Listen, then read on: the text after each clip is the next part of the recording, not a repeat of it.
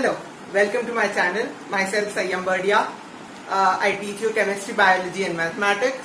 I teach this subject from grade 9th and onwards. If you like this video, please give it a thumbs up. I have linked the notes in description box. If you have any doubts regarding the video, please comment down and I will help you with them. So let's start with today's topic, that is the transport processes across the cellular cell membrane. So we learned in previous video there are three processes by which we can transfer substances. The three processes are diffusion, osmosis and active transport. So let's start with diffusion. Okay. So now what is diffusion? Here asks. So the three processes are, first is diffusion, second is osmosis, and third is active transport. Okay, three processes: diffusion, osmosis and active transport. Now what is diffusion? In the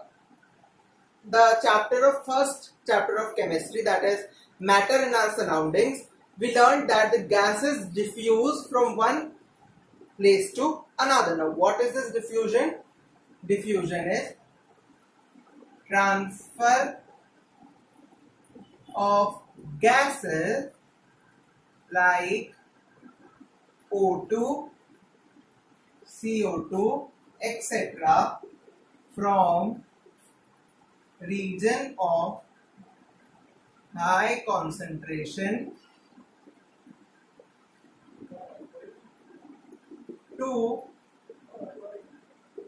a region of low concentration. It is like a cycle on a hill.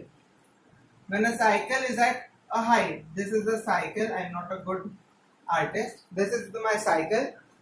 If I am at greater height and if I start, it will take less energy to climb down from region of higher concentration to the region of lower concentration is the transfer of gases. This is important in difference between definition of osmosis and diffusion. So transfer of gases from a region of high concentration to the region of low concentration is called diffusion. So transfer of gases. Now what is osmosis? A new word but a strange word. What is osmosis? Osmosis is transfer of water from a region of high concentration to a region of low concentration. Now in place of gases, this is water. So osmosis occur in case of water and diffusion occur in case of gases. Active transport. Active. How are you active? You have more energy production in your body. So due to this more energy production, you are active. So active transport must be related to something due to energy consumption. So transport across membrane at a cost of 1 ATP. Now you'll ask, what is ATP? The full form of ATP is adenosine triphosphate. ATP is a currency of energy. ATP is currency of energy. Okay. So we learned the three transport mechanisms, that is diffusion, which is transfer of gases from a region of high concentration to a region of low concentration. Always remember the example of cycle climbing down the hill. Okay. Then osmosis is transfer of water from a region of high concentration to a region of low concentration. The only difference between diffusion and osmosis is diffusion is transfer of gases and osmosis is transfer of water. Now what is active transport is, it is a transport across the membrane at a cost of 1 ATP. And what is ATP? It is currency of energy. Okay, so these were the three transport processes. Now these processes occur in three mediums. Okay, so we'll learn what are those three mediums. Very easy, three mediums.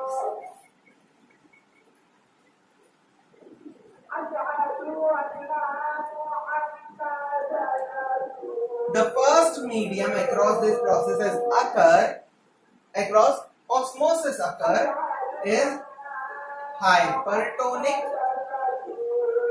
solution. Second is isotonic solution.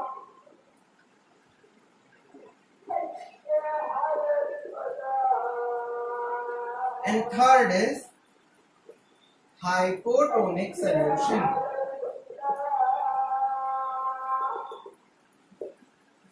Okay, these are the three mediums in which osmosis occurs.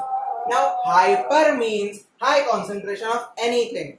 So, hypertonic solution has more concentration of, let's say, salt.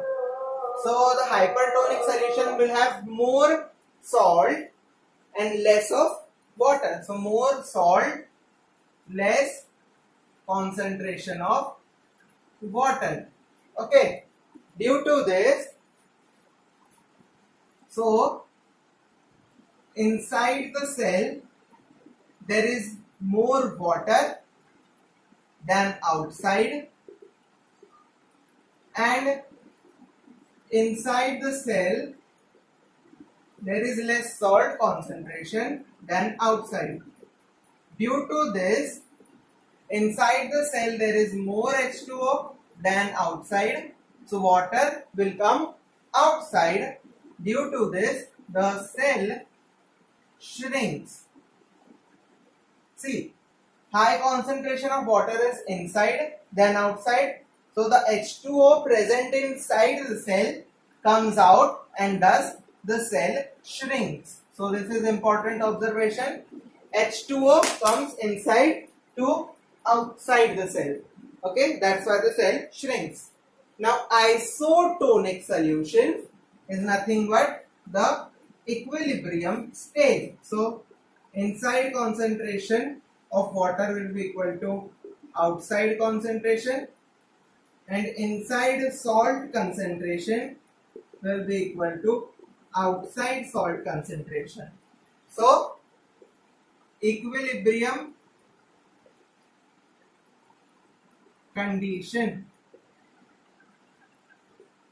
So no change in water concentration, that's why cell remains same. Okay, so in the equilibrium condition, that is isotonic solution, the cell remains same. Now in hypotonic solution, in hyper there is more concentration of salt outside than the inside, and less concentration of H2O in outside and more in inside. Hypotonic is just opposite of that. So less count of salt outside the cell and more water outside, which implies inside water is less than outside water. Water is concentration of water, and inside salt concentration is more than outside salt concentration. That's why as outside water is more, So water will travel from outside to inside. That is from high concentration of high concentration and out low concentration. So due to presence of more water inside the cell swells. See, we do something experiment. When we take a long bath, after the bath, we see our fingers are shrinked.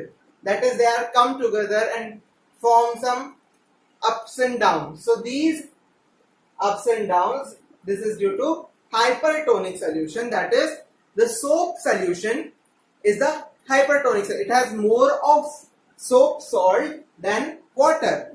That's why our fingertips shrinks. The water is loose and the shrinks. Now hypotonic solution, we see example in kitchen like Kabuli chana. Kabuli chana we keep them in water. So due to this there is more concentration of water outside the Kabuli chana and less inside the Kabuli chana. That's why when in the morning we see the Kabuli chana are swollen because of the hypotonic solution. So these are the three types of solution: hypertonic, isotonic and hypotonic. So hyper, more salt outside, okay, outside the cell, less water outside the cell, inside more water than outside, inside less salt than outside. Okay, here everything is same in isotonic equilibrium condition. That's why cell remains same. In hypotonic solution, the inside water condition is less than the water condition outside.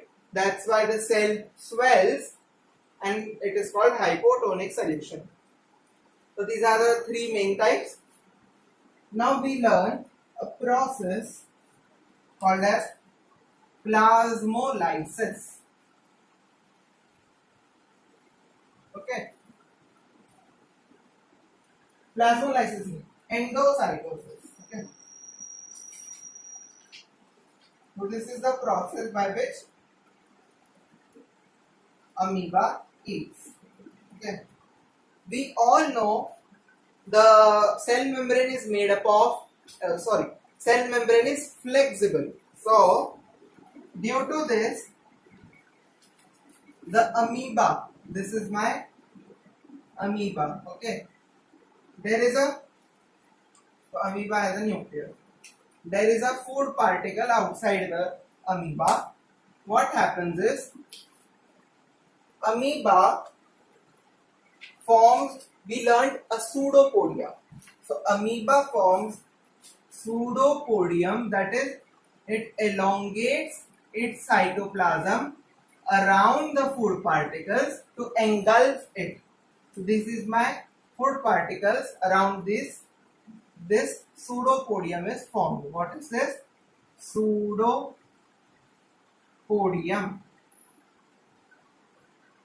Now these pseudopodiums are closed. This is closed and the food is contained in a vacuole. So these are process by which amoeba eats food. This process is called as endocytosis. What will be the definition of endocytosis? The process by which amoeba eats its food is called endocytosis. How this process is explained by the property of flexibility of the plasma membrane. Okay, so endocytosis. Now in cell, when water comes inside the cell, this process is called as plasmolysis. Okay, now on page number, now there is a question, very important question need to be discussed. The question is, let me rub this. The question is, what would happen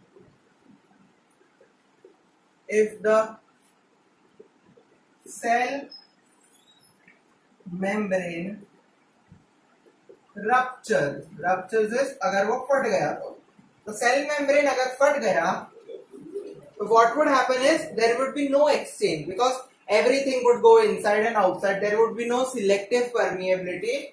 So that's why no exchange of substances. That's why all organelles comes out, and due to this cell dies. Okay, so 3 points. No exchange of substances due to the rupture of plasma membrane. All organelles comes out and the cell dies. Okay, then there is on page number 61 there are 2 in-text questions. The first is how do substances like CO2 and water move in and out of cell? We learned it. And the second question is why is plasma membrane called a selectively permeable membrane? We also learned the functions of plasma membrane in the previous video. So go through the both videos because it is full containing the cell membrane topics. So if you like this video, please give it a thumbs up. If you like my channel and what I am doing, please subscribe to my channel and hit the bell icon to properly get the notifications of the updates when I am uploading the videos. And if you have any doubts regarding any topics, any such topics inside the video or the previous videos, you can comment down and I will solve your doubts. And thank you.